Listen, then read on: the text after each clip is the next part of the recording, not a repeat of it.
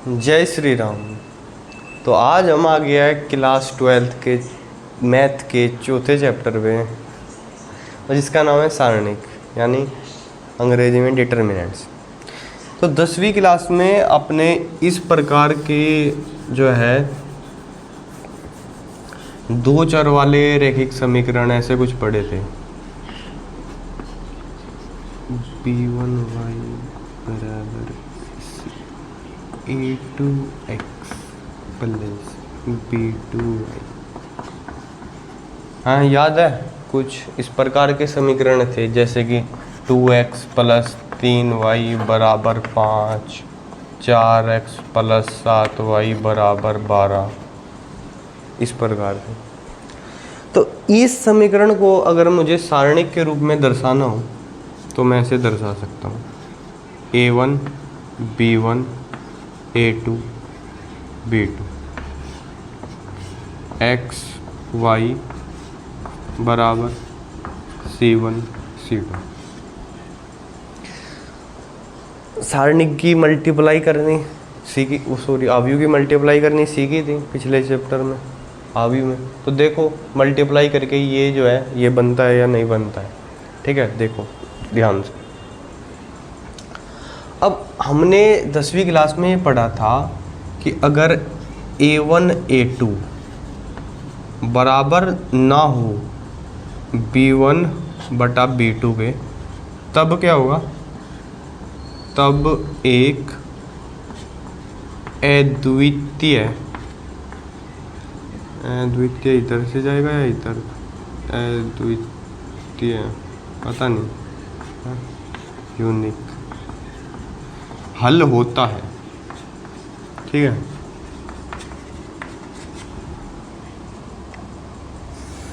अगर a1 a2 बराबर ना हो b1 b2 के, तब क्या होता है? इन दो समीकरणों का एक अद्वितीय हल होता है। अगर ये बराबर हो a1 बटा a2 बराबर हो b1 बटा b2 के, बराबर हो c1 बटा c2 के, तो इस केस में क्या होता है? इस केस में अनंत हल होते हैं। और अगर इधर बराबर ना हो तो एक भी हल नहीं होता। ठीक, फिलहाल हम इस चीज़ की ओर बात करेंगे।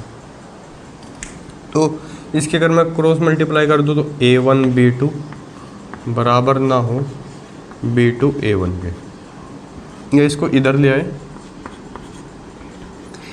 a1 b2 minus a2 b1 equal to note 0 के। ठीक है, तो मतलब ये एक समीकरण है, ये एक संख्या है a1, ये वाली इतनी। ठीक है, और ये संख्या डिटरमाइन करती है कि इन समीकरणों का हल है या नहीं है। ठीक है, अगर ये 0 ना हो तो हल होगा, 0 हो गया तो अनंत हल होंगे या कोई हल नहीं होगा। तो अद्वितीय हल होने के लिए ये संख्या डिटरमाइन कर दिया, इसलिए इस संख्या को, इस आव्यूह का डिटर्मिनेंट बोलते हैं, बोले तो सारणिक बोलते हैं। ठीक है, समझे? इस वाले का। तो और ज़्यादा सरल शब्दों में बात करें अगर, तो जैसे अगर एक आव्यूह है a बराबर a1 b1 a2 b2, शर्त यह है कि a एक वर्ग आव्यूह है। कैसा है? वर्ग आव्यूह।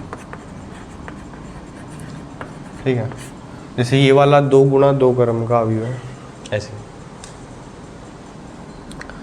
तो a सारणिक को हम ऐसे लिखते हैं a1 b1 a2 b2, और इसकी वैल्यू कैसे आती है? इसकी मल्टीप्लाई इधर करके, माइनस लगा के इसकी मल्टीप्लाई इधर, यानी इसकी वैल्यू आती है a1 b2 minus a2 b1। ठीक है, तो सारणिक जो होता है वास्तव में एक आव्यूह से एसोसिएटेड एक संख्या होती है। समझे? अगर फलनों का आव्यूह हो तो फलन भी हो सकता है कोई। तो मतलब एक संख्या जो कि कई संख्याओं को सजा के एक आव्यूह बनाए, उससे जो जुड़ी हुई है। ठीक है, एग्जाम्पल ले लेते हैं, उससे और ज़्यादा एकदम बात स्पष्ट हो जाएगी।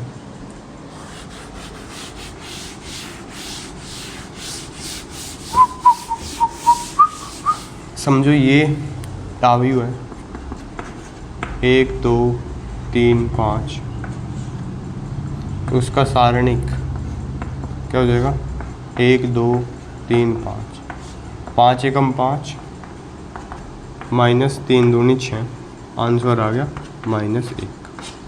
ठीक है, अब समझ गए, आसान है। अब अगर अभी हमें ध्यान देना है 3 गुणा 3 क्रम के सारणिक पे, 1 2 5 6 4 2 7 1 0, ये वाला, इसमें क्या करना है,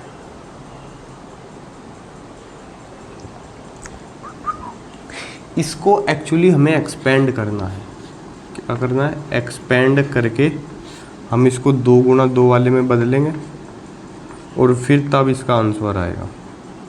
ठीक है, एक्सपेंड करना। अब एक्सपेंड करने के देखो, जैसे ये R1 है, ये R2, ये R3, ये C1, ये C2, ये C3, तो 3 ये और 3 ये, 6 तरीके हैं इसको एक्सपेंड करने के। R1 के अकॉर्डिंग एक्सपेंड करेंगे सबसे पहले। ठीक है, एक बार अगर जीवन में सीख लो तो समझ जाओगे, फिर बार बार नहीं। तो 2 मिनट ज़रा ध्यान बोर्ड पर। R1 के अनुदिश प्रसरण करने पर, देखो ये जो पहला R1 का पहला एलिमेंट है, जो कि क्या होता है A11, A11, A12, A13, आव्यूह में सीखा था A21, A22, A23, A31, A32, A33। तो ये वाला जिस रो में है और जिस कॉलम में है उसको ढक लो। ठीक है, 1 को बाहर लिखो और ये वाला रो गायब कर दो, ये वाला कॉलम गायब कर दो। जिस रो में है जिस कॉलम में है वो गायब कर दो, तो क्या बचा, ये 2 गुणा 2 क्रम का बचा सारणिक 4 2 1 0। तो ये लिख दो 4 2 1 0। उसके बाद माइनस लगाओ। देखो जैसे इधर से शुरू कर रहे हैं तो पहला ये प्लस, उसके बाद यहाँ पे माइनस लगेगा, फिर प्लस। अगर इधर को C1 से शुरू करना है तो इधर प्लस, इधर माइनस, इधर प्लस। ठीक है, अगर यहाँ से शुरू करना है तो पहले माइनस, फिर प्लस, फिर माइनस। ये माइनस प्लस कैसे डिटरमाइन करना है वो मैं अभी बताऊंगा आपको। Minus plus minus plus minus plus. ठीक है, मतलब ये एलिमेंट प्लस रहेगा, अगला माइनस, फिर plus, minus plus minus plus minus plus. कैसे पता चलता है कि माइनस आएगा या प्लस आएगा, जैसे ये वाला A11 था तो इससे पहले मल्टीप्लाई होगी -1 की पावर 1 1 है तो 1 + 1 की, तो क्या हो गया -1 की पावर 2 आ गया। और -1 की पावर अगर इवन हो तो वो क्या हो जाता है, 1 हो जाता है। ठीक है, तो उसी हिसाब से प्लस, अगर ये वाला जो है माइनस आया, क्यों, क्योंकि ये एलिमेंट क्या है A12 है, तो इधर क्या मल्टीप्लाई प्लस ही था, प्लस के साथ में -1 की पावर 1 + 2 जो कि क्या है 3, उसकी मल्टीप्लाई हुई, तो वो क्या बन गया, वो -1 बन गया। इसलिए पहले क्या लगा दिया हमने, सिंपली माइनस लगा दिया। तो अभी बाकी की जानकारी मिटा देते हैं, कंफ्यूज करेंगे। 2 लगा दिया आगे। अब 2 जिस भी रो में है और जिस भी कॉलम में है उसको छुपा लिया, ये रो ये कॉलम छुपा लिया, तो क्या बचा 6 2 7 और 0। फिर माइनस प्लस भी मिटा देते हैं, कंफ्यूज हो। ठीक है, क्या बचा 6 2 7 और 0। उसके बाद फिर प्लस लगाएंगे 5, तो 5 वाले भी रो और कॉलम छिपा लो, तो 6 4 7 वाला 6 4 7 और 1। ठीक है, और अब इसको सोल्व करना है। एक बार है 4 की 0 में मल्टीप्लाई होगी तो 0, फिर माइनस लगाना है 2 एकम 2। ठीक है, ये हो गया। उसके बाद माइनस है 2 है 6 की 0 में मल्टीप्लाई 0 माइनस 7 दूनी 14 प्लस 5, 6 कम 6, 7 चौक 28। तो देखो क्या आंसर आ जाएगा इसका। ये क्या है -2, -2 भी 1 में मल्टीप्लाई होगी तो -2, ये माइनस का 14, 2 माइनस 2 में मल्टीप्लाई होगी प्लस का 28, ये माइनस का 22, 5 में मल्टीप्लाई होगी तो माइनस का 110। तो क्या बन गया है माइनस का 112 तो प्लस का 28, 28 दूनी 56, 56 दूनी 112, तो 28 3 84 शायद बच जाएगा माइनस का आंसर। 8 4 12 का 2 कैरी 1 8 2 10 और 11। अभी एक बार C2 के अनुदिश करके देखते हैं, ठीक है। जैसे R1 के अनुदिश प्रसरण करा था, एक बार C2 के अनुदिश करके देखते हैं और देखते हैं कि आंसर -84 आएगा या कुछ और आएगा। C2 के अनुदिश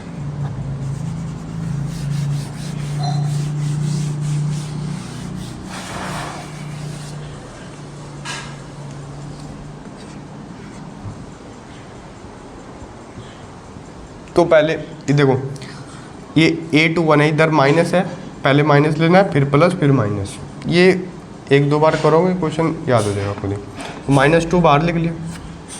अब ये हटा तो क्या है 6 2 है और 7 0, 6 2 7 0। उसके बाद प्लस 4 जो है इसमें है और इसमें है, तो ये वाला गायब और ये वाला गायब, तो बचेगा क्या 1 5, ये 1 5 7 0 या 1 5 7 1 5, फिर माइनस लेना, ये गायब 1 5 6 और 2, ठीक है, अलग अलग वैल्यूज में। -2 बार 6 की 0 में मल्टीप्लाई होगी 0 माइनस 7 दूनी 14 प्लस 4 बार है 1 की 0 में मल्टीप्लाई 0 माइनस 7 5 35 -1 बार है 2 1 2 माइनस 56 30।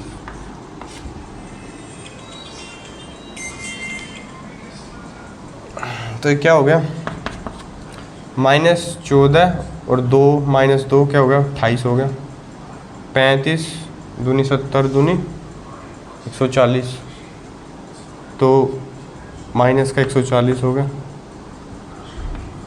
और ये क्या है माइनस का 28 और -1 में मल्टीप्लाई करेंगे तो फिर से प्लस का 28,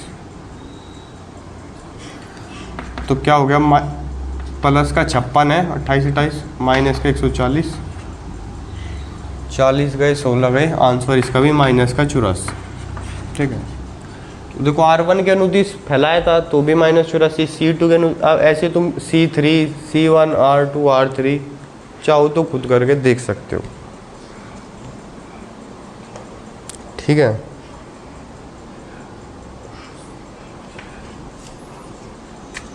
इसको बोलते हैं एक्सपेंड करना, प्रसरण।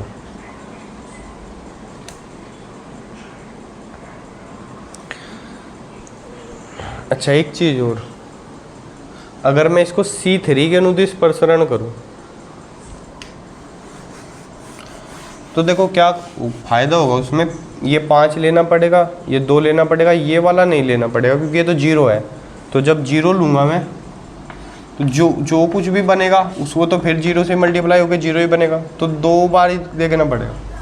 तो हम ज़्यादा कोशिश उस पंक्ति या स्तंभ के अनुदिश प्रसरण करने की करते हैं जिसमें 0 ज़्यादा हो ताकि काम आसान हो।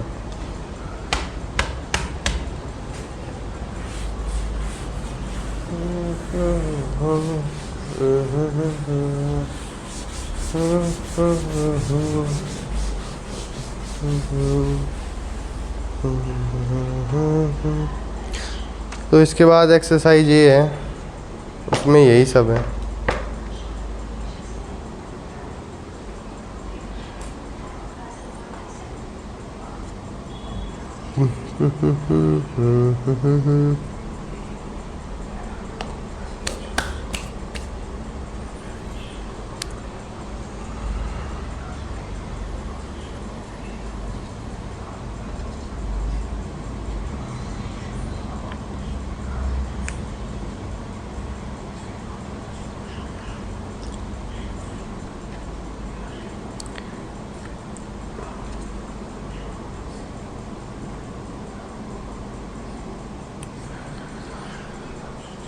तो इसका क्वेश्चन नंबर 8 देखते हैं एक बार, एक्सरसाइज 1.1 का।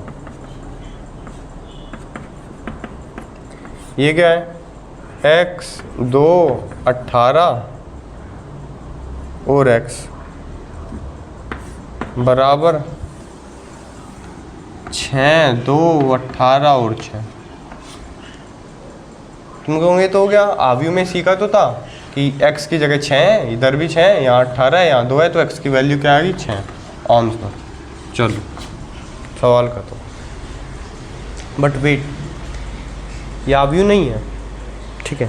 सारणी का उत्तर जो एक संख्या होती है, ये आव्यूह नहीं है कि ये इसके बराबर होना चाहिए, इसके बराबर, ये इसके बराबर, ये इसके बराबर। सारणी की एक संख्या है, तो इसको करेंगे तो ये आएगा x² - 36, ठीक है, इक्वल टू ये क्या आएगा 36, 6 की 6 में मल्टीप्लाई करेंगे, 36 - 18² 36, तो 36 - 36 तो मतलब 0 हो जाएगा। तो x² इक्वल टू क्या हो जाएगा 36, और यहाँ से पता है x की वैल्यू क्या आएगी ±6 आएगी, ठीक है। देख लो, अगर -6 -6 ले लूँ तो भी तो 36 - 36 0 हो जाएगा, वो इसके बराबर ही होगा। मतलब सारणिक में देखो ये दोनों बराबर हो सकते हैं, -6 2 18 और -6 बराबर 6 2 18 और 6, ठीक है। सारणिक में बराबर हो सकते हैं, लेकिन अगर ये आव्यूह होते, अगर ये आव्यूह हो तो कोई चांस ही नहीं है।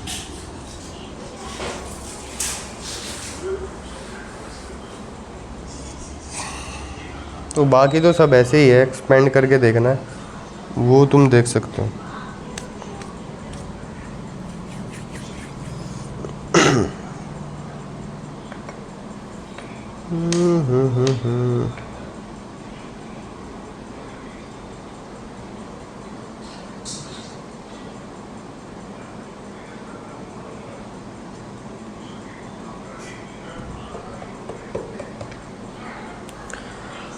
अच्छा चलो, ऐसे ही करना है, पहली एक्सरसाइज तुम्हें सारी खुद करनी है। इसके बाद है एरिया ऑफ ए ट्रायंगल, मतलब एक त्रिभुज का क्षेत्रफल।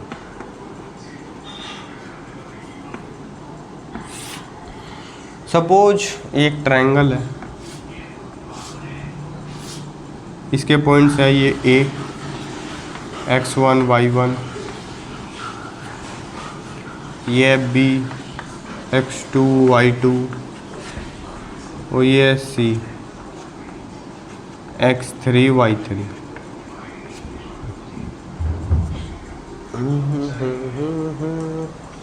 कह रहा है कि इसका क्षेत्रफल बताओ। तो इसका क्षेत्रफल हम सारणिक का यूज करके बता सकते हैं। इसका जो क्षेत्रफल होगा वो हो जाएगा 1/2, और ये सारणिक इधर x1 x2 x3, इधर y1 y2 y3, 1 1 1, जो भी इसका आंसर आएगा वही मेरा आंसर हो जाएगा क्षेत्रफल। अगर सारणिक का आंसर निगेटिव आया तो वैल्यू मुझे पॉजिटिव लेनी है, क्योंकि क्षेत्रफल तो पॉजिटिव क्वांटिटी है, ठीक है, ये भी याद रखना है।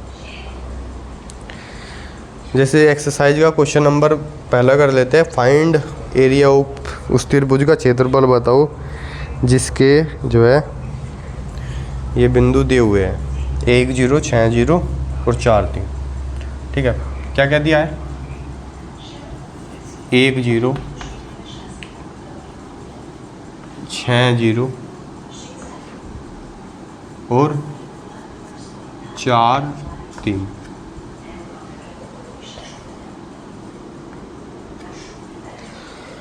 तो यहाँ वही लिख देंगे।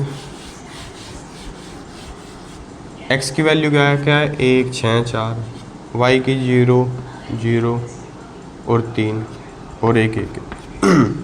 अब देखो इस वाले में मेरे को 2 2 0 मिल गई, तो मैं प्रसरण इसके हिसाब से कर दूंगा तो बढ़िया रहेगा।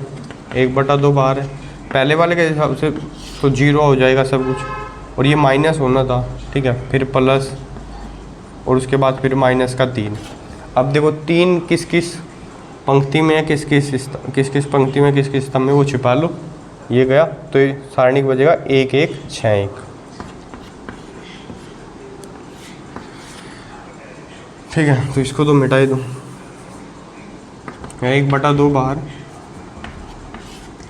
इधर -3 है, 1 एकम 1 माइनस 6 एकम 6।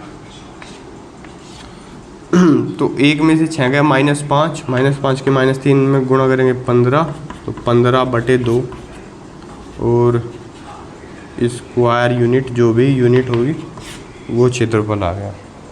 अंग्रेजी में, हिंदी में बोले तो वर्ग इकाई या वर्ग मात्रक, जो भी लिखना चाहो।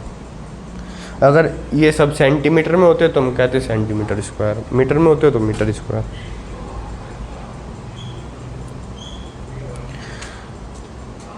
ठीक है, दूसरी चीज़, ये तो पहली चीज़ है क्षेत्रफल निकालना। दूसरा, मान लिया अगर 3 पॉइंट जो है ऐसे हो, A point, B point, C point, मतलब तीनों एक ही लाइन में हो। 3 पॉइंट लिए मैंने और एक ही लाइन में हो, मेरे को सिद्ध करना है तीनों पॉइंट जो है वो संरेखीय है या कोलिनियर है। ठीक है, कोलिनियर, कोलाइनियर, जो भी बोलते हो। ठीक है, डबल एल है, ये एल है, डबल एल। तो कैसे सिद्ध करूँगा कि मैं मानता हूँ ये 3 जो है मिलके जो है एक त्रिभुज बना रहे हैं, मैं ऐसा मान लेता हूँ। मानने को क्या है, मान लेता हूँ कि सी ऐसा है और ये त्रिभुज बना रहा है। फिर मैं उस त्रिभुज का एरिया निकालता हूँ तो वो एरिया 0 आ जाता है। मैं कह रहा हूँ एरिया 0 है तो सी यहाँ नहीं है, सी यहीं है, एरिया 0 आ रहा है। ठीक है, मतलब बात का मतलब समझो, जो मेन बात है वो समझो। अंग्रेजी में लिखूंगा बात को, जो है उसका मतलब निकालने की कोशिश करना। ठीक है, if the area of triangle is 0, then the 3 points are collinear. ठीक है, हिंदी में ट्रांसलेट करूँ, यदि त्रिभुज का क्षेत्रफल 0 आया तो क्या है, तीनों बिंदु संरेखीय है। जैसे क्वेश्चन नंबर 2 ही है, so that the point A B plus C, B C plus A, C A plus B are collinear. 3 बिंदु दिए हैं, एक तो है A comma B plus C, तू मिट जा भाई। दूसरा है बी, वो है B comma C plus A, फिर है सी और ए प्लस बी।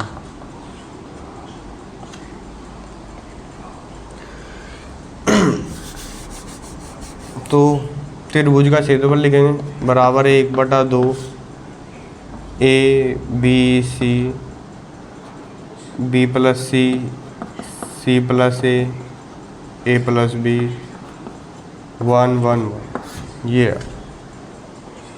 अरे दीवानो मुझे पहचान, कहाँ से आया, मैं हूँ कौन। अच्छा, अभी तुमको एक मैं जादू दिखाता हूँ, मैजिक। जैसे ये एक सारणिक है 1 2 3 4, इसका आंसर क्या आ रहा है, इसका आंसर आ रहा है जी 4 एकम 4 -3 2 नीचे बराबर -2। ठीक है, मैं कहता हूँ ये इसकी C1 है, पहला स्तंभ, और ये इसका C2 है। मैं कहता हूँ C1 को मैं लिख रहा हूँ C1 + C2, ये एक C1 को ही लिख रहा हूँ, C2 को तो ऐसा का ऐसे ही रखना है। C1 को लिख रहा हूँ, C1 और C2 को दोनों को जोड़ के लिख रहा हूँ, 2 और 1 3 और 4 और 3 7। मैं कह रहा हूँ अब आंसर निकालियो, 4 3 12 -7 2 14 है, तो अभी भी माइनस का 2 ही है। मैं कहता हूँ एक काम करते हैं, ये जो आ गया दूसरा 3 2 7 4, 3 2 7 4। ठीक है, एक काम कर दे, इस बार ये R1 है, ये R2 है, R1 को लिखता हूँ R1 प्लस R2। R2 तो ऐसा कैसे ही 7 4, इसमें इन दोनों को जोड़ के लिखना है 10।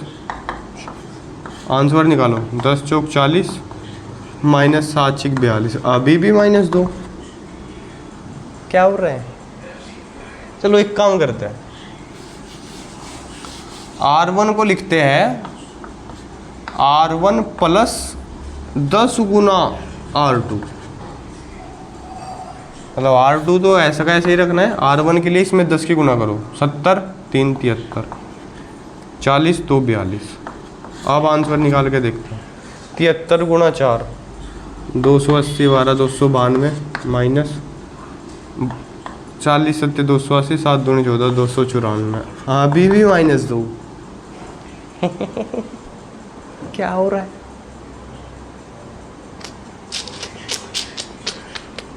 एक चीज करते हैं,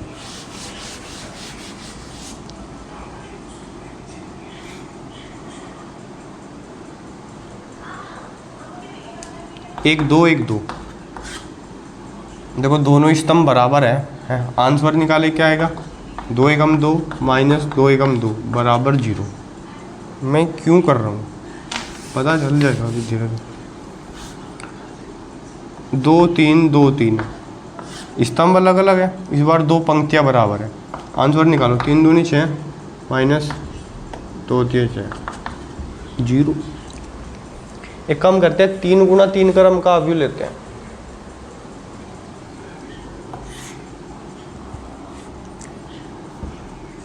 एक 2 3 1 2 3 और ये 4 5 है।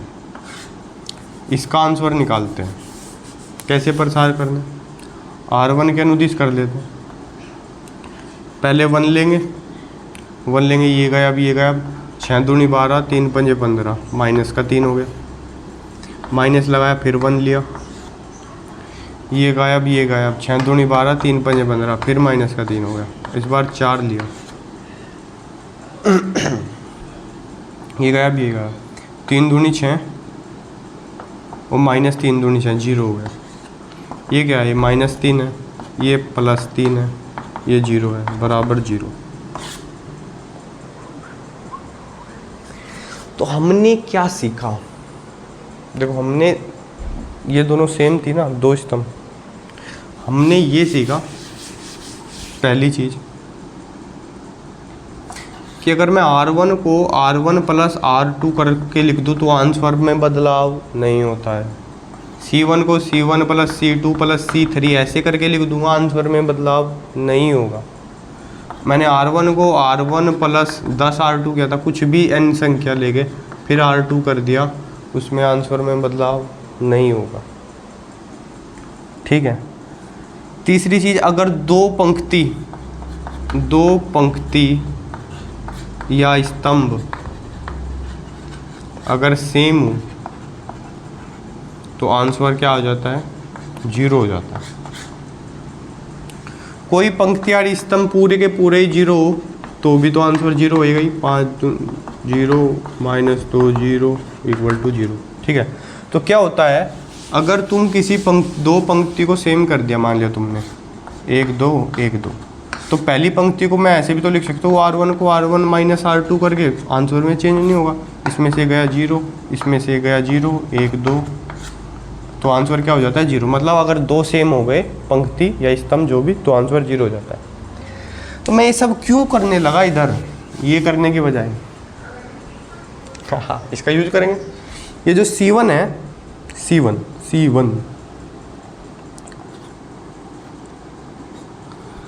मैं C1 को लिख दूंगा C1 प्लस C2।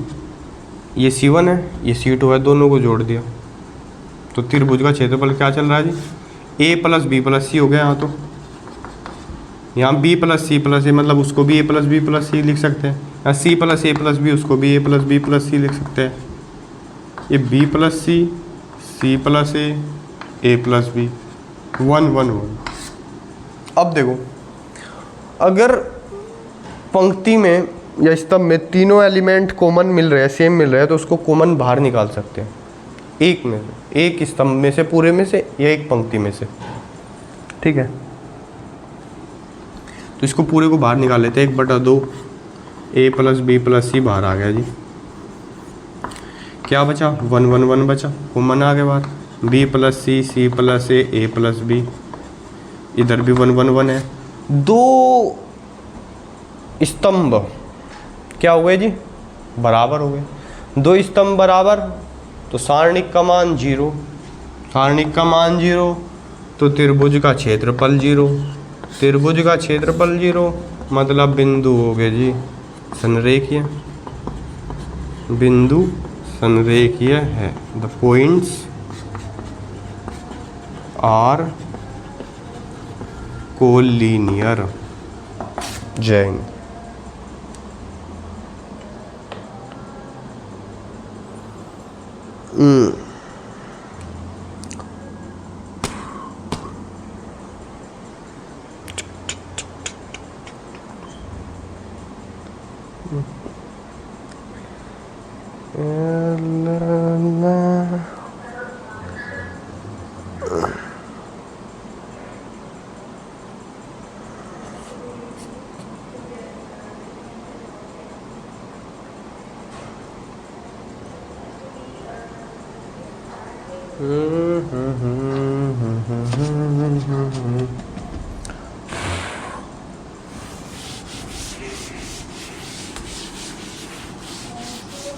चलता रहा तेरे बिना, मिला नहीं कोई सिला, तेरी यादों में खोया रहता हूँ, मुझे डसती है तना। अच्छा जी, एक बात बताओ, तुमने कह दिया ये तीनों बिंदु जो है वो संरेखीय है। क्या है? संरेखीय। तो उस रेखा का समीकरण बताओ जो इन बिंदु से होके गुजरती है। तुमने कहा संरेखीय है जी, हाँ रेखीय है, तो बताओ रेखा का समीकरण क्या है? तो देखो, रेखा की समीकरण के लिए हमें दो बिंदु की जरूरत होती है, तीसरे की जरूरत है नहीं। तो इनमें से कोई भी दो ले लो, जैसे ये ले लिया a b, b + c, c + a, और तीसरे की जगह ले लो x वाले में x और y वाले में y, और 1 1 1, और इसको कर दो हल। ठीक है, इसको हल कर दोगे तो क्या आ जाएगा तुम्हारा आंसर। ठीक है, जैसे पूछा है क्वेश्चन नंबर 4 में, find equation of line joining 1 2 and 3 6, यानी 1 2 और 3 6, 1 2 और 3 और 6 इन बिंदुओं से होके जाने वाली रेखा का समीकरण। हमने वैसे 10वीं में पढ़ा था, दो बिंदु से होके जाने वाली रेखा का समीकरण y - y1 बराबर y2 - y1 upon x2 - x1 into x - x1, है ना। एक बार इससे देख लेते हैं, फिर देखते हैं उसी से वही आएगा क्या। तो y - y1 2 है, बराबर 6 - 2 4, 3 - 1 2, और x - 1, ये कितना आ जाएगा? 2 आ जाएगा। तो y - 2 बराबर 2x - 2, -2 से तो -2 मर जाएगा, तो y बराबर 2x, ये रेखा है y बराबर 2x। और दिख भी रहा है y जो x का दुगुना है, यहाँ भी y x का दुगुना है, तो y बराबर 2x, ये है रेखा का समीकरण। चलो ठीक है, निकाल के देखते हैं।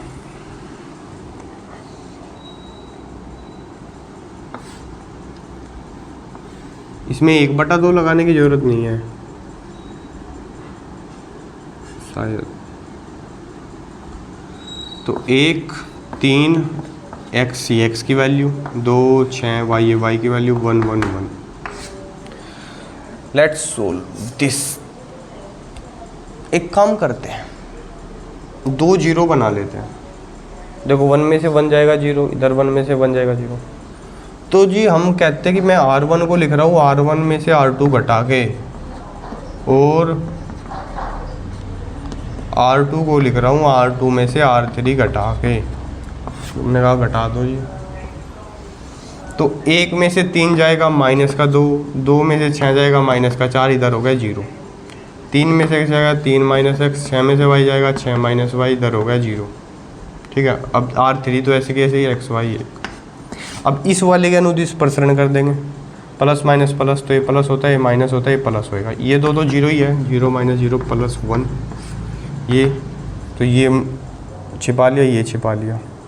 -2 -4 और 3 माइनस x और 6 माइनस y। ठीक है, ये तो गया। अब तो इधर मल्टीप्लाई करेंगे तो -12 प्लस, इसको बराबर 0 भी रखना है भाई, तभी तो समीकरण तो तभी बनेगा ना।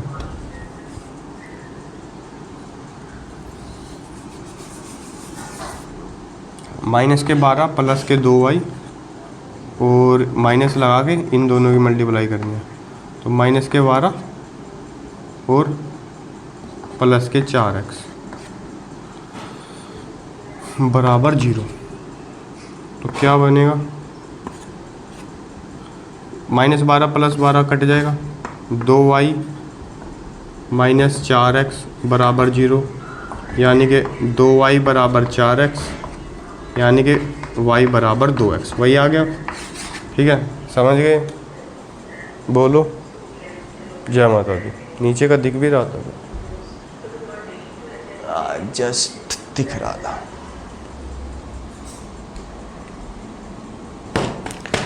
चलो तो ठीक है, ऐसे ही सवाल है हल्के मुल्के।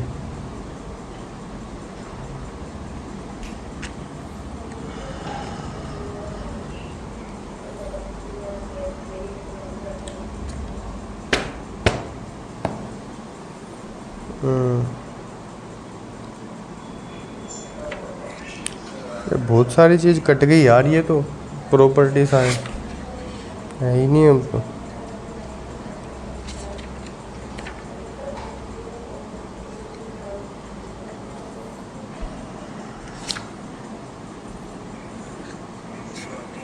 माइनर आ गया, फिर adjoint and inverse of A matrix,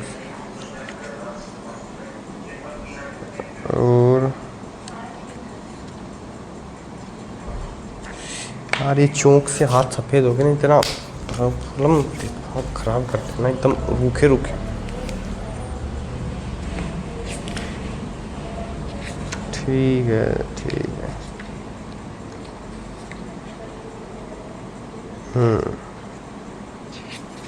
चलो बढ़िया।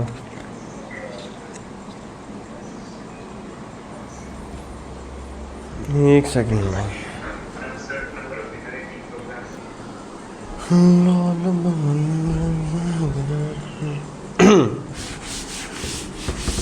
चलो भाई, अब है उपसारणिक और सैखंड। उपसारणिक,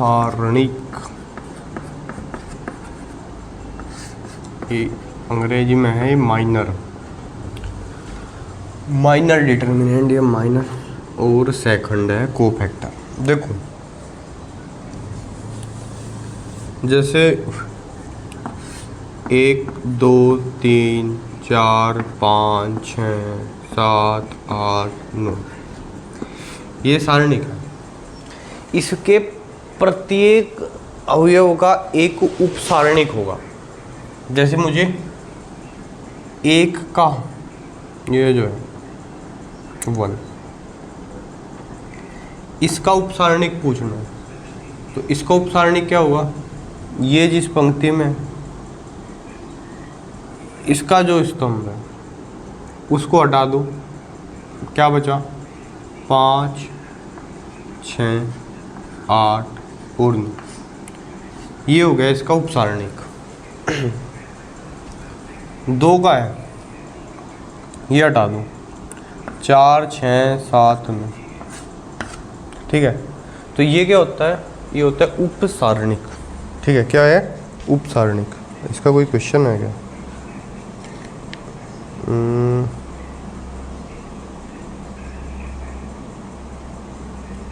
ठीक है, उप सारणिक लिख रखा है इन्होंने m से, यानी कि ये पहली पंक्ति पहले अवयव 1 का है तो इसको बोलेंगे m11, इसको बोलेंगे m12। इसकी वैल्यू भी निकाल लेंगे, क्या आएगी 9 पंजे 45 माइनस 8 छीक 48 बराबर -3। m12 क्या आ जाएगा 9 चौक 36 माइनस 7 छीक 42 बराबर -6। ऐसे m13 निकाल लेंगे तो क्या है, 3 वाले को छिपा दो, 4 5 7 8, 4 5 7 8, 8 चौक 32 माइनस 7 पंजे 35 -3। ठीक है, ऐसे इसको क्या बोलेंगे, इसको बोलेंगे उपसारणिक। क्या बोलेंगे, उपसारणिक। ठीक है, अभी एक चीज़ है,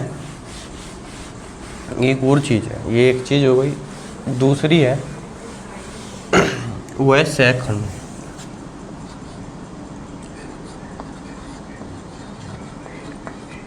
यानी कोफैक्टर। सहखंड सहखंड सहखंड सहखंड है ना।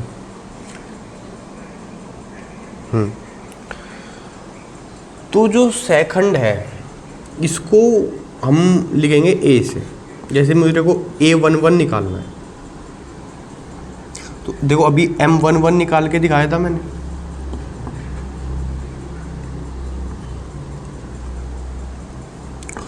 उसके पहले क्या है, माइनस प्लस और लगना है। तुम्हें पता है यहाँ प्लस होता है, ये माइनस, ये plus, minus plus minus plus minus plus ऐसे। तो ये बस -1 की पावर 1 + 1 उससे डिसाइड होता है। ये A11 आ गया, M1। इसकी वैल्यू निकालनी हो तो -1 की पावर 2, वो तो 1 ही आ जाएगा। जो M11 की वैल्यू आई थी, क्या आई थी 9 पंजे 45 8 छीक 48 -3, तो ये -3 ही हो जाएगा। ठीक है, तो पता है M12 की वैल्यू क्या आई थी, M12 की 9 चौक 36 7 छीक 42 माइनस के 6 आई थी। लेकिन इधर क्या होगा, जो A12 होगा वो होगा -1 की पावर 1 + 2 M12, माइनस की 1 की पावर 3 क्या हो जाएगा -1 × M2 की वैल्यू क्या आएगी, वो आएगी -6 पे आई थी, तो ये हो जाएगी 6 वैल्यू हो जाएगी। ठीक है, तो माइनस प्लस और जो है उसकी पोजीशन के हिसाब से लगेगा। लेकिन ये जैसे इसमें 1 की मल्टीप्लाई, इसमें 2 की 3 की 4 की 5 की 6 की, इनकी मल्टीप्लाई नहीं होगी। ठीक है, जैसे ये जो अवयव, ये जो सारणिक है सॉरी, इसके सारे के सारे A11 A12 ये सब निकालते हैं। ठीक है,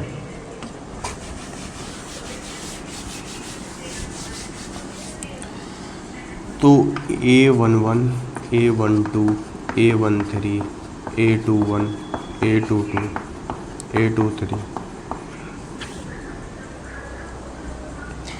A11 में क्या है, प्लस लेना है तो चिन्ह की दिक्कत नहीं है। 9 पंजे 45 8 छीक 48 -3 आएगा -3। A12 है 2 के लिए 9 चौक 36 और 7 छीक 42, माइनस का 6 आएगा, लेकिन उसके पहले माइनस और लगाना है। ठीक है, इसमें माइनस नहीं लगाना है, 134 हो जाएगा। तो 8 चौक 32 और 7 पंजे 35 -3 है, -3 रहेगा। A21 है 2 और 1 3 है, तो माइनस लगना है पहले ही, जो भी आंसर आएगा। ठीक है, ये 4 वाला तो ये गायब और ये गायब, तो ये बचा 2 3 और 8 9, 9 दूनी 18 और 8 3 24, 18 में से 24 गया, माइनस का 6, इसका आंसर भी क्या गया 6 आ गया। A22 ये बीच वाले गए तो किनारे वाले बचेंगे, 9 एकम 9 और 7 3, इसमें भी माइनस नहीं लगेगा। ठीक है, एक बार लगेगा एक बार नहीं लगेगा। 9 एकम 9 7 3 21, 9 में से 21 गया, माइनस के 12, 8 2 3, ये 6, तो ये गायब ये गायब। 8 एकम 8, इस बार माइनस लगेगा पहले ही, 8 एकम 8 और 7 दूनी 14, तो 8 - 14 क्या हो गया -6, क्या हो जाएगा 6 हो जाएगा।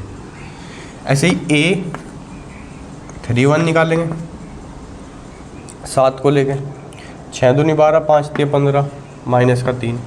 A32 निकालेंगे, इसमें पहले ही माइनस लग जाएगा, तो ये गायब 6 एकम 6 और 4 3 12, माइनस का 6 हो जाएगा, 6 आ जाएगा।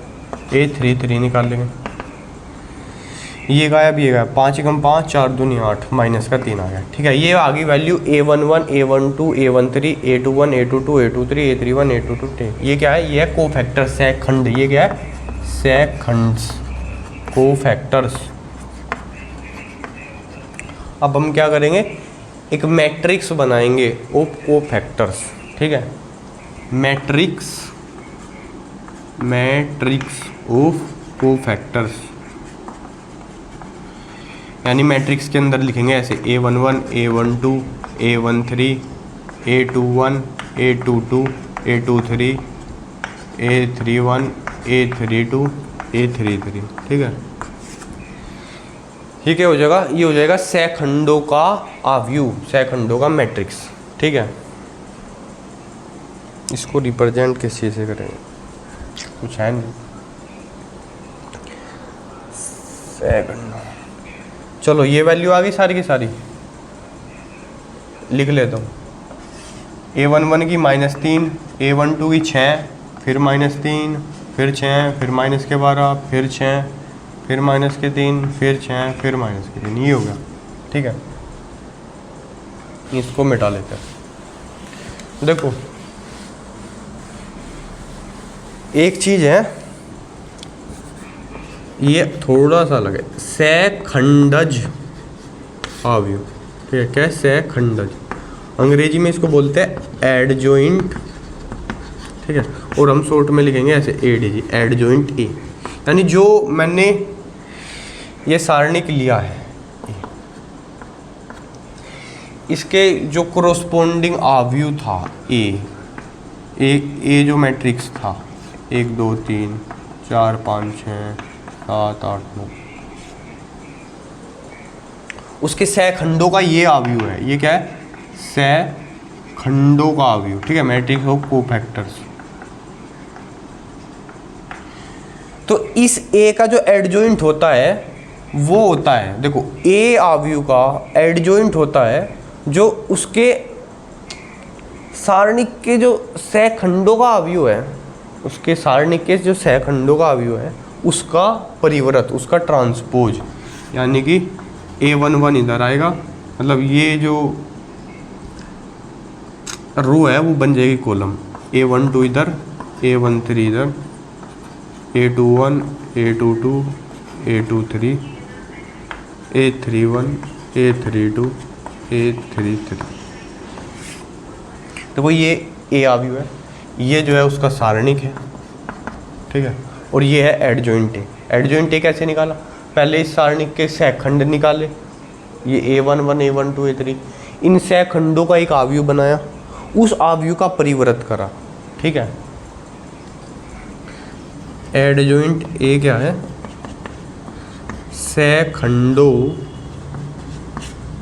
के आव्यूह का परिवर्त। ठीक है, सहखंडों के आव्यूह का परिवर्त, उसको बोलते हैं एडजॉइंट ए। गौर से देखो दुनिया वालों, कितना भी। ठीक है, एडजॉइंट मैट्रिक्स। अभी क्या करते हैं, एक सवाल कर लेते हैं, 2 सवाल कर लेते हैं एक्चुअली। ठीक है, ये जितना बात समझ में आई, ठीक है, थोड़ी कहीं लिखनी है लिख लो, स्क्रीनशॉट ले लो, आगे चलो। ये वाली बात लिख लोगे तो फायदे में, कायदे में रहोगे तो फायदे में रहोगे।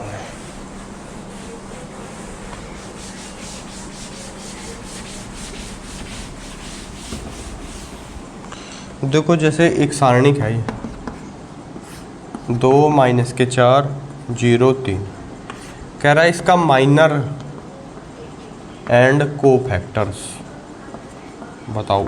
माइनर्स एंड कोफैक्टर्स, हिंदी में बोले तो उपसारणिक एवं सहखंड। अब तुम कहोगे मैं तो 3 × 3 वाले का जो है उपसारणिक सेकंड बताइए, इसका कैसे बताऊँ? मैंने कहा ये 2 है, हाँ, इसकी छिपा लो, इसकी पंक्ति भी इसका स्तंभ भी, क्या बचा? 3 बचा। तो उपसारणी को m से लिखते हैं माइनर m11। तो m11 क्या है 3 है, इसका क्या होगा ये छिपा लो, m12 क्या हो जाएगा 0 हो जाएगा, इसका क्या होगा ये और ये छिपा लो, m13 क्या हो जाएगा -4 हो जाएगा, और इसके लिए क्या है ये और ये छिपा लो, m14 अरे ये m21 है भाई, ये m22 है। कुछ नहीं हो जाता है बुढ़ापे में, कभी कभी दिमाग काम कम करता है। ठीक है, ये हो गए ये क्या हो गए उपसारणिक हो गए। अब सह-खंड में क्या करना है, A11 A12 A21 A22 ये निकालने हैं। तो बस क्या है, ये तो m11 के बराबर ही हो जाएगा। ठीक है, -1 की पावर 1 + 1 करेंगे ना, इधर माइनस लग जाएगा, ये बराबर, इधर भी माइनस लगेगा, ये बराबर है, क्योंकि 1 और 2 3 होता है तो माइनस लगेगा, 2 और 1 3 होता है माइनस लगेगा, 2 2 4 होता है नहीं। तो इसका आंसर तो क्या हो जाएगा 3 ही हो जाएगा। A12 है तो 0 है तो 0 ही रहेगा, क्या माइनस क्या प्लस, ये -4 है तो ये प्लस का 4 हो जाएगा, और ये 2 है तो 2 ही रहेगा। तो ये हो गए उपसारणिक और ये हो गए अपने सह-खंड। ठीक है, बोला इसका एडजॉइंट ए निकालो, एडजॉइंट ए। तो इन सह-खंडों वाला का अवयव बनाएंगे, A11 A12 A21 A22 और उसका परिवर्त करेंगे, यानी कि 3 0 4 और 2 उसका करेंगे परिवर्त। तो क्या आ जाएगा 3 0 यहाँ 4 यहाँ 2 यहाँ, ये आ गया एडजॉइंट ए की वैल्यू, किसकी एडजॉइंट ए, एडजॉइंट ए 3 4 0 2। ठीक है, चलो अगर ये ए का सारणिक है, ए अवयव क्या होगा, ए अवयव होगा 2 - 4 0 3। ठीक है, ये उसका क्या है सारणिक है। माइनस एंड को फैक्टर्स मैंने निकाल लिए। इस सारणिक का मान निकालो जरा, इसकी वैल्यू क्या आएगी 2 3 6 -0 = 6। एक फॉर्मूला याद रखना है, ये अवयव ए है, ए इनवर्स बराबर 1/a का डिटर्मिनेंट। ठीक है, यानी सारणिक, और एडजॉइंट ए। ठीक है, ए इनवर्स अवयव में पढ़ा था, हाँ वही अवयव का इनवर्स, ए इनवर्स बराबर 1/mod एडजॉइंट है, यानी इधर क्या हो जाएगा 1/6 और 3 4 0 6। देखिए क्या ये इसका इनवर्स है, ये इसका इनवर्स है तो मल्टीप्लाई हुए क्या आना चाहिए आई आना चाहिए, 1 0 0 1 आई। देखते हैं मल्टीप्लाई करके, 2 - 4 0 3 1/6 को आगे लिख लेते हैं, स्केलर क्वांटिटी है इसको लिख सकते हैं, अवयव आगे पीछे नहीं कर सकते। ठीक है, अवयव वाला चैप्टर भाई अच्छे से पढ़ लो रे, तो 1/6 को लिखे रहने देते हैं। इसकी मल्टीप्लाई 2 3 6 4 की 0 में करेंगे 0 तो 6 हो गया, 2 चौक 8 और माइनस का 2 चौक 8 0 हो गया, फिर ये 0 × 3 0 3 × 0 0 हो गया, फिर इसकी इसमें 0 × 4 0 3 दूनी 6 6 हो गया, करेंगे क्या हो गया 1 0 0 1 आई आ गए। आई आ गए तो इसका मतलब ये जो ये है, ये जो अवयव बना है ये ए का क्या है इनवर्स है, क्योंकि इसके इनवर्स में मल्टीप्लाई करके क्या आ रहा है आई आ रहा है। बहुत तेज़ी से बता रहा हूँ क्या, कुछ समझ में नहीं आया तो बस ये याद रख लो।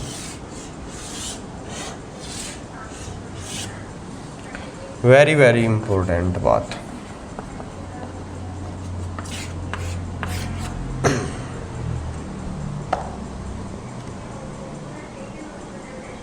ठीक है, ये हो गया एडजॉइंट ऑफ ए मैट्रिक्स।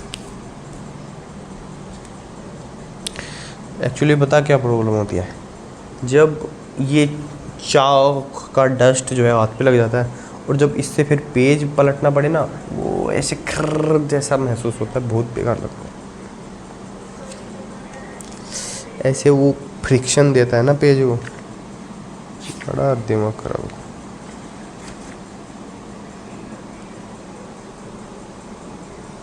ठीक है, एक बात और बहुत इम्पोर्टेंट बात, अगर किसी सारणिक का ये 0 है, इसका मतलब क्या है, इसका मतलब है an डज नॉट एग्जिस्ट। ठीक है, ए इनवर्स है ही नहीं, ठीक है, बताया था ना अभी में हर किसी का इनवर्स नहीं होता है इसका। तब जो ये सारणिक ए है इसको बोल लेंगे, या जो अवयव है ए उसको बोल लेंगे अव्युत्क्रमणीय, अव्युत्क्रमणीय, मतलब इसका व्युत्क्रम हो नहीं सकता, ठीक है।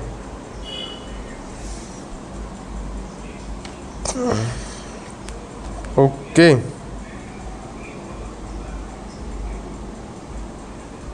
चलो ठीक है ठीक है ठीक है ठीक है।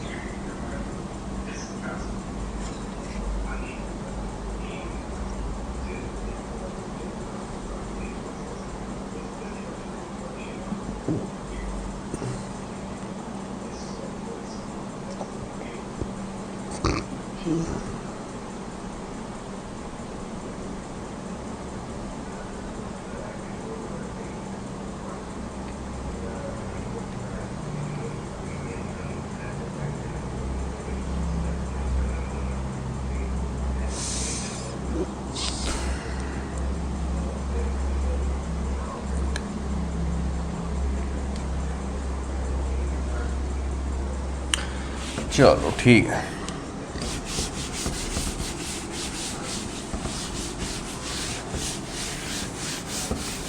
इसके बाद है एक थ्योरम। थ्योरम क्या कहती है? थ्योरम 1, हिंदी में बोले तो प्रमेय। प्रमेय कहती है कि ए इंटू एडजॉइंट ए, यानी जो अवयव है उसकी एडजॉइंट ए की जो मल्टीप्लाई है वो बराबर होती है एडजॉइंट ए इंटू ए, और वो किसके बराबर है? वो बराबर है इंटू आई के, because this is a number.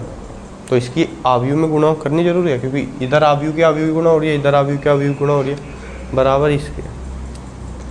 हमने कहा अच्छा ऐसी बात है, हमने कहा हाँ, हमने कहा ठीक है।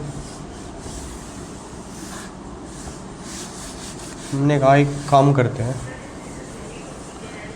LHS लेके चलते हैं, ए और एडजॉइंट ए। मैंने कहा ठीक है।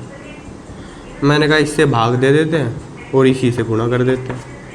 मैंने कहा ठीक है। फिर जो 1/mod ए और एडजॉइंट ए है, इसी को तो कहते हैं ए इनवर्स।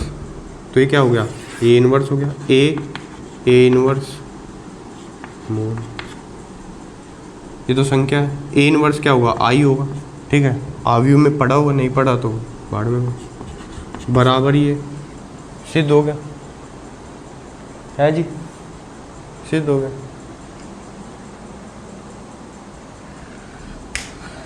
ठीक है। दूसरी बात, इसको लेके चल लो, एडजॉइंट ए और ए, फिर से वही काम कर दो, क्या हो जाएगा? ए इनवर्स ए और ए इनवर्स ए तो क्या होता है? 1 होता है। अब दोनों अगर इसके बराबर आ गए, ये लेके चला तो भी आ गया, ये लेके चला तो भी ये आ गया, इसका मतलब ये दोनों आपस में बराबर होंगे ही, है कि नहीं? है कि नहीं? बोलो बोलो बोलो बोलो बोलो बोलो बोलो बेटा, बताओ बताओ बताओ। चलो ठीक है।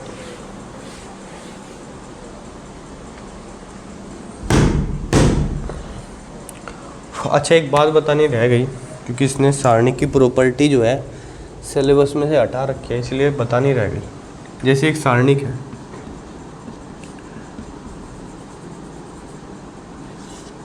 एक 2 3 4 5 6 7 8 9। अगर मेरे को 2 करना है, मतलब 2 इसका डबल करना है, तो डबल करने के लिए मेरे को क्या करना है? सब में 2 की गुणा करनी है, जैसे अवयव में की थी। नहीं, 8 की गुणा हो जाएगी वो। किसी एक पंक्ति में या किसी एक स्तंभ में 2 की गुणा करनी है, ठीक है। जैसे इस स्तंभ में कर दूँ, 2 गुणा 1 2, 4 दूनी 8, 7 दूनी 14, ठीक है। 2 5 8 3 6 9 ऐसे किसी एक पंक्ति में या किसी एक स्तंभ में। समझ आया? मतलब अगर A बराबर है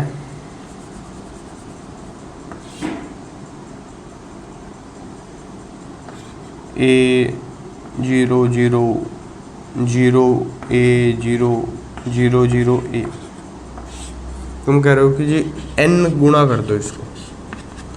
क्या करना है?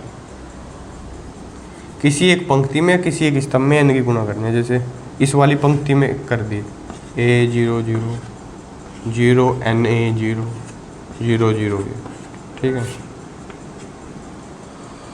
और अगर कहीं पर लिखा हुआ है कि जो A बराबर है वो है n A n A n A, तो क्या कर सकते हैं हम? एक पंक्ति में से इस पंक्ति में से एक n कॉमन आ जाएगा, इसमें से एक n कॉमन आ जाएगा, इसमें से एक n कॉमन आ जाएगा, ठीक है। तो n n n n cube common आ जाएगा। A 0 0 0 A 0 0 0 A। अगर समझ में आ गया हो तो भगवान तुम्हारा भला करे, बाकी सवालों को अच्छे से करे। अब बीच बीच में सिलेबस में से चीज़ें हटा देते हैं ना, गड़बड़ हो जाता है।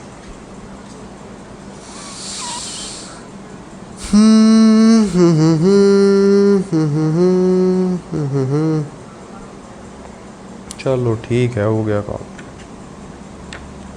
अब एक और मेन और फाइनल बात जो है समझा देते हैं, वो है application of determinant and matrices. बड़े ध्यान से सुनना नौजवानों, एक बार समझाएंगे, एक सवाल करेंगे, फिर बोल देंगे जी चैप्टर हो गया ख़त्म, बोलो जय श्री राम। देखो मान लिया हमारे पास 3 समीकरण है ऐसे, A1x plus B1y plus C1z बराबर है कुछ भी D1, A2x plus B2y plus C2z बराबर D2, A3x plus B3y plus C3z बराबर है D3। ये 3 समीकरणों को मैं सारणी की एक समीकरण में लिख सकता हूँ। इधर एक सारणी बन जाएगा A1 A2 A3 B1 B2 B3 C1 C2 C3। इसकी मल्टीप्लाई करेंगे अगर x y z में, तो क्या हो जाएगा D1 D2 D3। ओके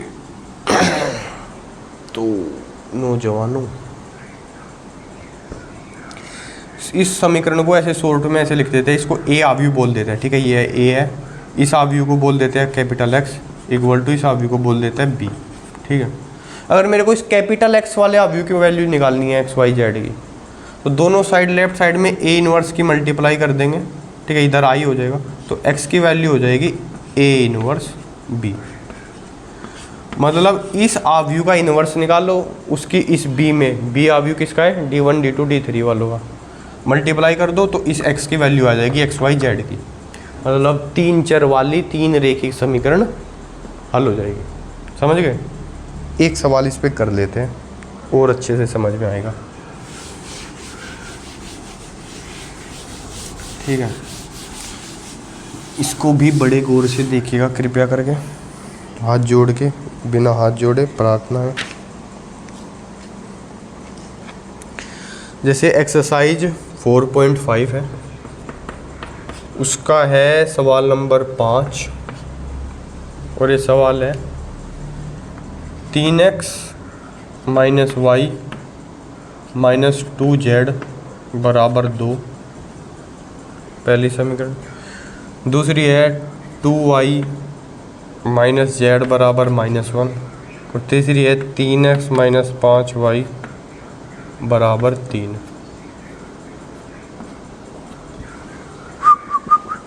चलो तो क्या करेंगे, आव्यूह बनाएंगे ऐसे ही ए बी ए एक्स और बी। तो देखो इधर x की वैल्यू 3 है, इधर x है नहीं 0 है, इधर है 3। फिर y की इधर -1 है, इधर 2 है, इधर -5 है। z की इधर -2 है, इधर -1 है, इधर 0 है। इधर एक्स वाई जेड बराबर है 2 माइनस 1 और 3, ठीक है। तो मेरा जो ये ए आव्यूह है, ये क्या है, मेरा ए आव्यूह है। और मेरा अभी सवाल में मेन काम जो है वो है ए इनवर्स निकालना, फाइंड ए इनवर्स, ये मेरा काम है। अभी मैंने बताया था ए इनवर्स होता है 1/mod ए, यानी डिटर्मिनेंट ओ ए और एडजॉइंट ए, ठीक है, ये होता है। तो पहले तो सबसे पहले इसका सारणी की निकाल लेते हैं। 3 माइनस 1 माइनस के 2 0, अरे हर बार लिखेंगे क्या, इमेजिन कर लो कि ये सारणिक है, ठीक है, और सीधा सीधा आंसर लिखो, दिमाग लगाओ। 3 लेके चलेंगे, ये गायब, 2 की करेंगे 0 में गुणा, 3 बार 0 माइनस ये हो गया 5, ठीक है, ये तो 0 ही हो जाएगा। फिर प्लस 3 बार है, ठीक है, तो ये गायब, 1 एकम 1 माइनस माइनस प्लस 2 दूनी 4, तो ये हो गया। आई अम्मा, ये तो माइनस का 15 और 4 प्लस 15, ये तो 0 हो गया। ये मोड ए बराबर 0, तो A inverse does not exist, A inverse does not exist. अब A inverse does not exist you, so there is no unique solution for these equations. अच्छा, तो पहले इसमें कंसिस्टेंसी बतानी थी, मतलब कि है या नहीं है। तो 5वें का उत्तर तो होगा कि सॉल्यूशन है ही नहीं। क्वेश्चन नंबर 4.5 का 5वां, 4.5 का 5वां, इनकंसिस्टेंट है तीनों समीकरण। मतलब कि अगर ये 0 आ जाए तो सवाल यहीं ख़त्म हो गया कि है ही नहीं, होने का ही नहीं, बात ख़त्म है। तो अब क्वेश्चन नंबर करते हैं 14, क्योंकि इसमें कहा है कि सोल्व करो तो मतलब हो जाएगी। क्या यार 5 मिनट बर्बाद कर।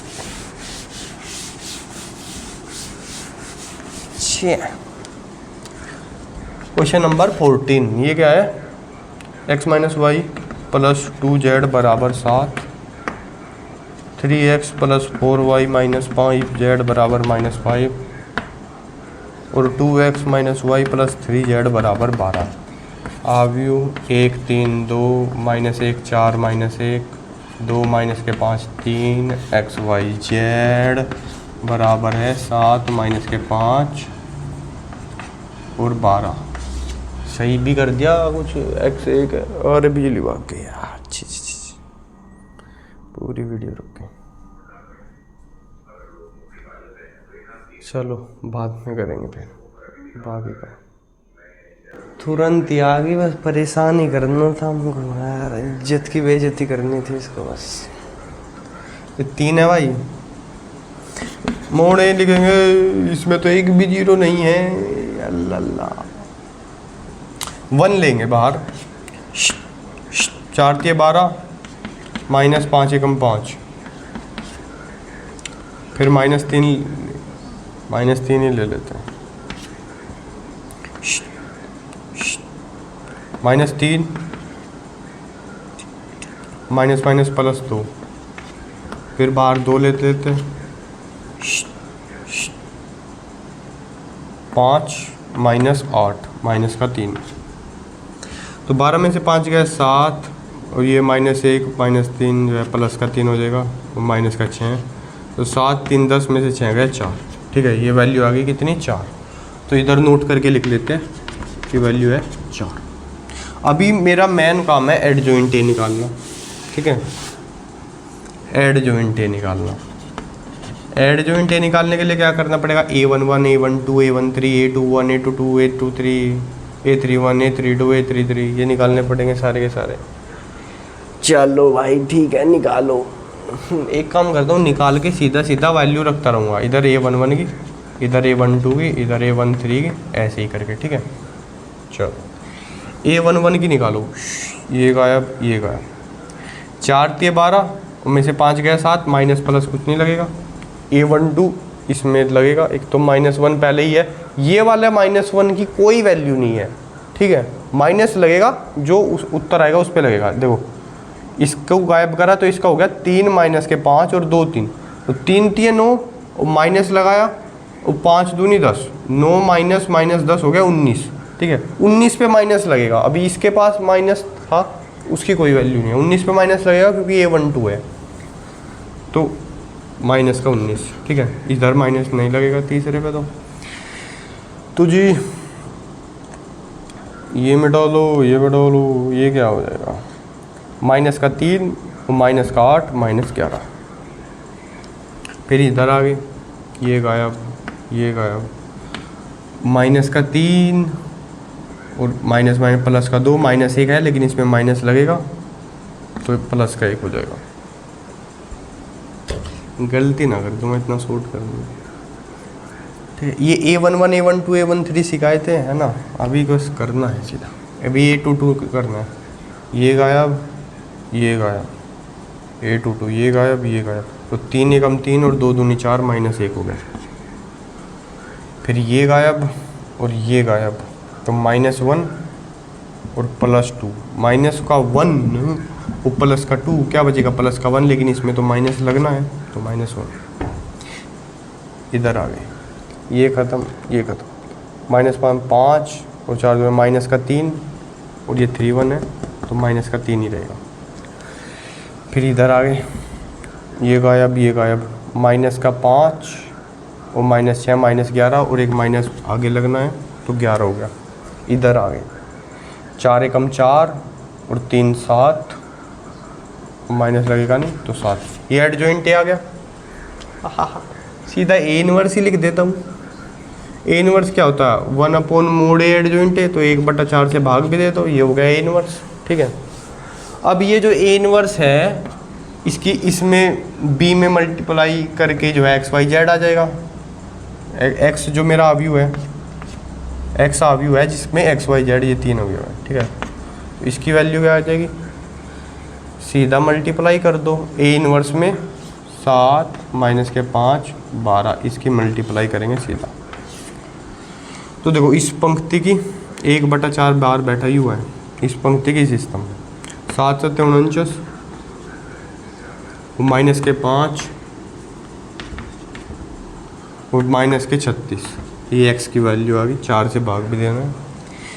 फिर 19 का 7 133 और +5 हो जाएगा, अवयव की गुणा करनी आनी चाहिए भाई। और फिर इधर 11 की 12 में गुणा करेंगे, 132 हो जाएगी प्लस की। फिर माइनस के 11 के 7 में करेंगे -77, माइनस करेंगे +5 और 12 7 84, तो क्या होगी वैल्यू 1/4। 49 में से कितना गएगा, 41 जाएगा, 8, और 8 को 4 से भाग करेंगे, 8 ही लिख लेते हैं, अभी तो 4 बार लिखवा। ये क्या बचा, -1 +5 4 बचा है, और 77 माइनस के 77 और प्लस के कितने हैं 84 और 5 89 है ना, तो 12 बच जाएगा। 4 से भाग करेंगे तो 2 1 और 3, तो x बराबर 2, y बराबर 1, z बराबर 3, ये उत्तर आ गया। कितना शॉर्ट में सवाल कर दिया, लोगों को समझ नहीं आया होगा। अरे मिसलेनियस एक्सरसाइज भी है अभी तो, ये बाला खुद कर लेंगे। कितना कुछ छोड़ दिया मैंने, कोई गल नहीं।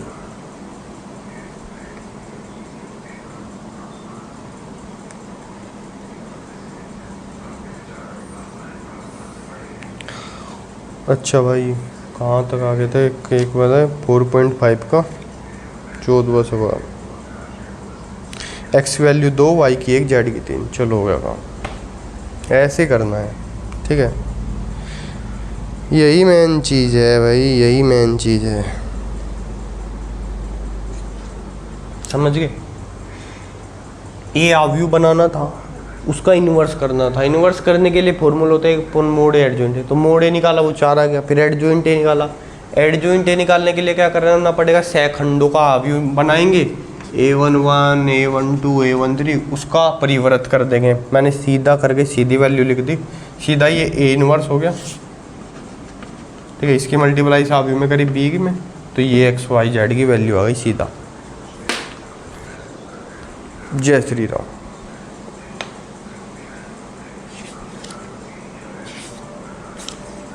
बाकी प्रैक्टिस करो, जो ना क्वेश्चन समझ में आए तो फ़ोन करके पूछ लो।